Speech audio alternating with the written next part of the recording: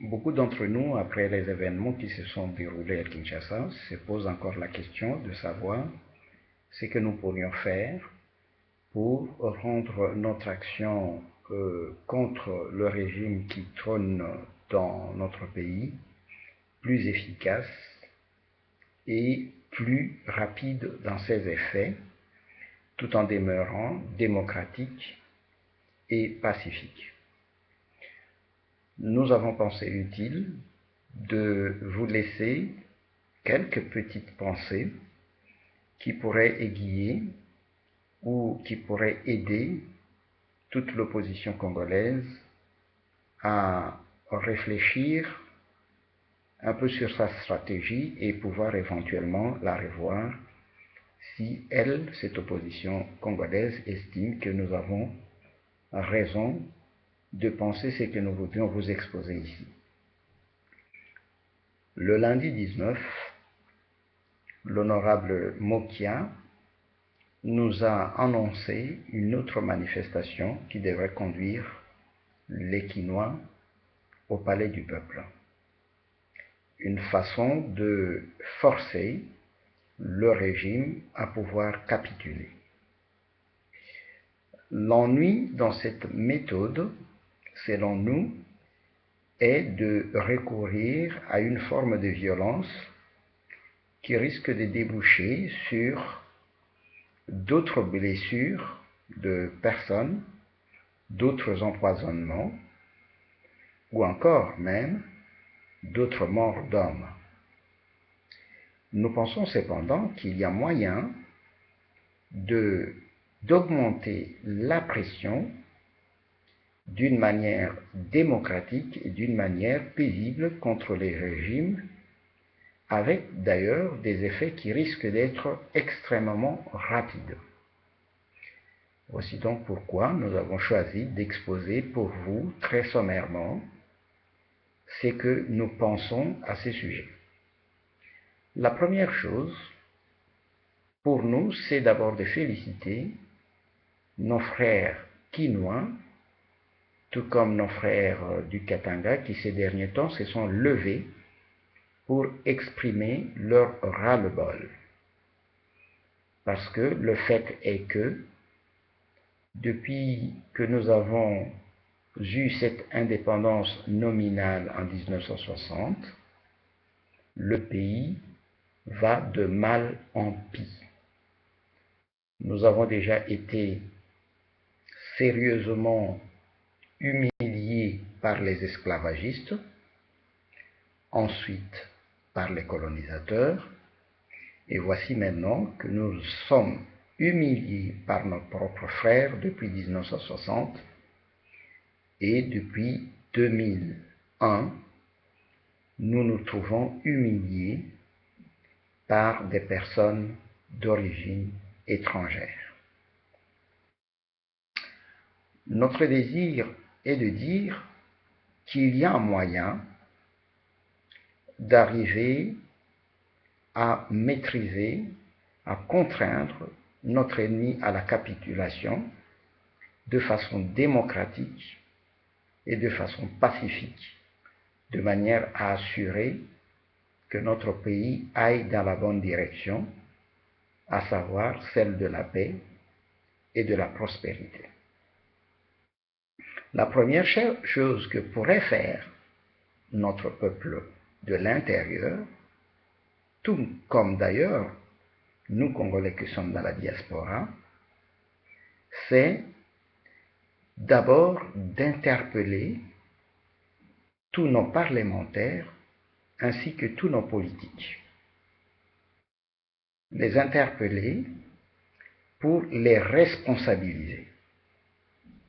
Une telle démarche est tout juste une rencontre du peuple avec ses représentants et ne devrait en principe pas poser problème parce que les représentants du peuple ont le devoir de rencontrer leurs électeurs lorsque ceux-ci le demandent.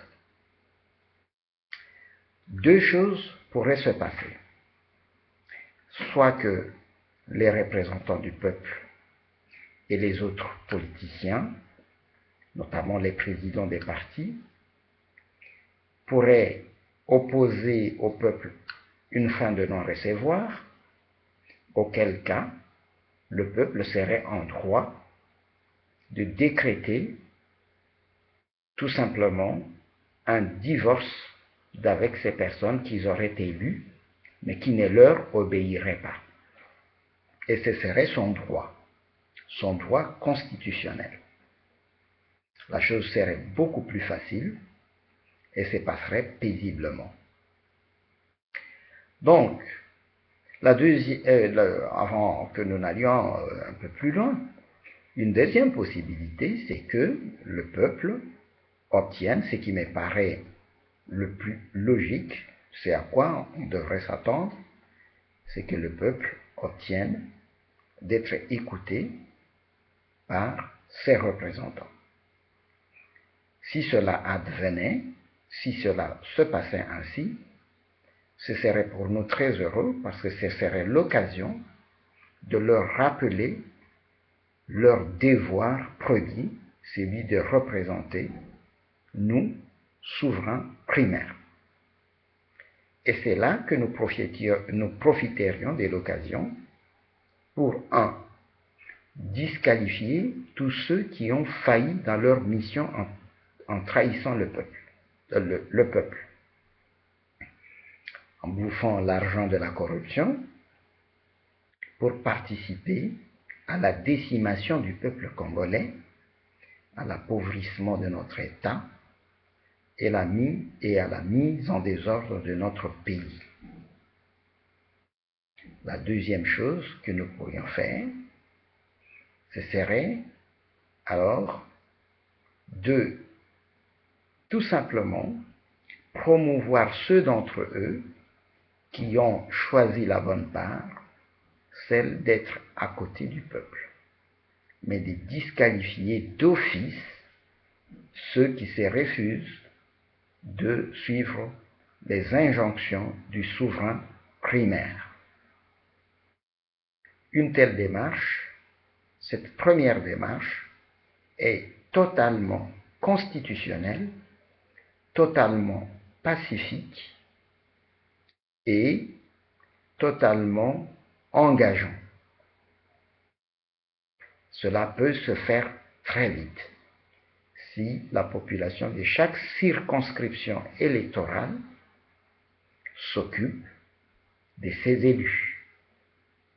Cela facilite le travail de rencontre et cela permet de garder le pays dans un état de paix, dans un état d'ordre, de participer à la pacification du pays et à la mise en ordre du pays, à la responsabilisation des politiques ainsi que des représentants du peuple.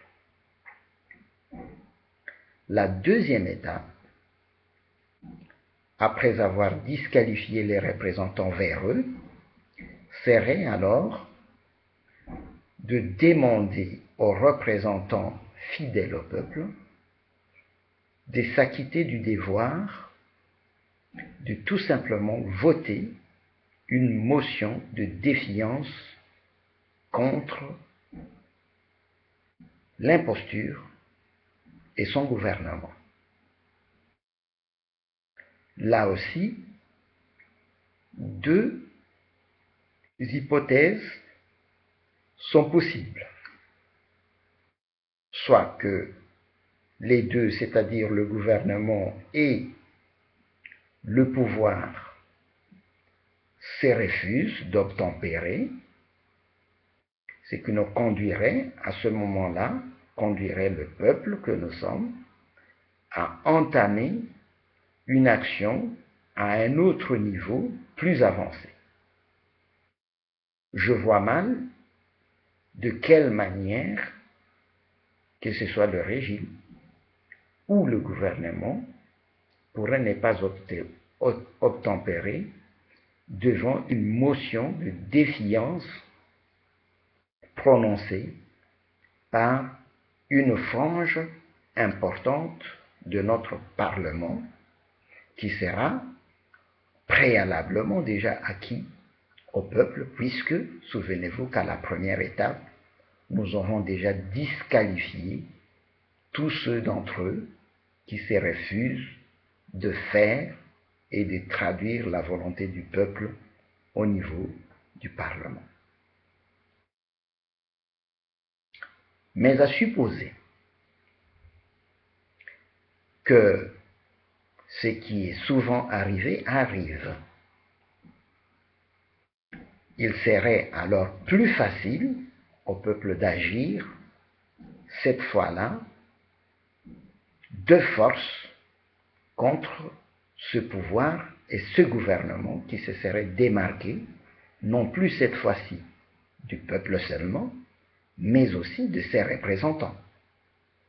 Les résultats en seraient qu'une traduction des fautifs devant les cours internationaux n'en serait que facilitée. Et l'aide extérieure serait d'autant plus facile à obtenir qu'on aurait mis en évidence le caractère machiavélique du gouvernement d'une part, avec le chef de l'État, avec qui il serait en train de travailler ensemble contre le peuple et ses représentants.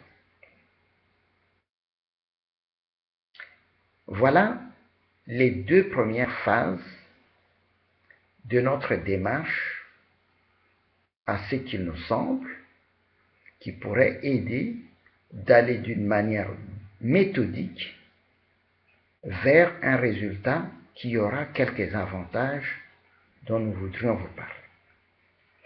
Le premier avantage, c'est que la démarche est démocratique. Ce sont les électeurs qui réunissent leurs représentants. Dans chaque circonscription électorale, les personnes acquises à la cause du changement demandent à rencontrer leurs représentants pour remettre les pendules à l'heure, leur rappeler leurs devoirs, et à ce moment-là, ceux qui ne peuvent pas assumer leur mission avec fidélité seront écartés par le peuple lui-même des forces s'il est faut. Et si les représentants obtempèrent, nous savons qu'à ce moment-là, nous allons en allier ce qui serait tout simplement la normalité contre le pouvoir et son gouvernement. Les résultats est donc, comme nous l'avons dit, que la démarche est démocratique.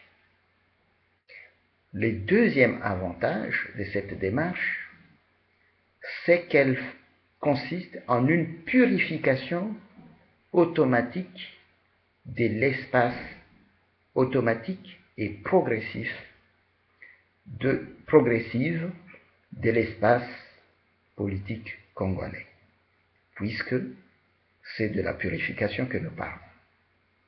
On aurait éliminé déjà dans un préalable tous les parlementaires qui ne sont pas acquis à la cause du peuple.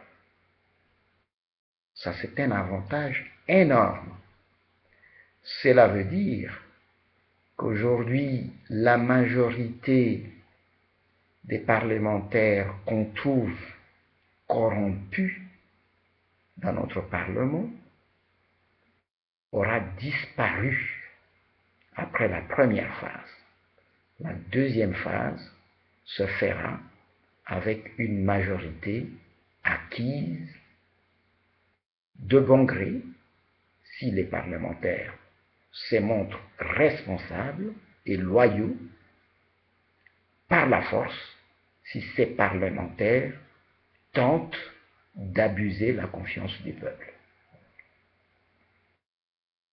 Démocratie de la démarche. purification de notre espace politique, chose qui est très importante pour assurer un changement qui soit bénéfique pour notre pays. Voilà quelques raisons qui nous poussent à dire que la démarche à faire le lundi devrait être d'abord une rencontre pacifique avec le Parlement pour lui exprimer nos desiderata, mais une réponse, mais aussi une rencontre prévue comme telle, comme devant être violente si jamais ces représentants essayent d'abuser la confiance que le peuple a investie en eux en essayant de refuser les injonctions que le souverain primaire leur donne. L'application de l'article 64, auquel beaucoup de nos amis de l'opposition aiment se référer, serait tout à fait légitime. Et personne dans un pays civilisé ne pourrait mal prendre l'attitude du peuple qui s'élèverait contre des représentants qui ne sont que des noms, c'est-à-dire qui ne représentent pas leur peuple. Espérons ainsi avoir suggéré une proposition pour que le lundi 19 soit non pas l'occasion de voir des hommes et des femmes blessés, empoisonnés, tués, mais au contraire de voir nos représentants véreux éliminés, mis hors circuit pour permettre une deuxième phase qui soit certainement victorieuse contre l'imposture que nous ne cesserons de dénoncer et contre lequel il nous faut absolument nous battre jusqu'à la victoire.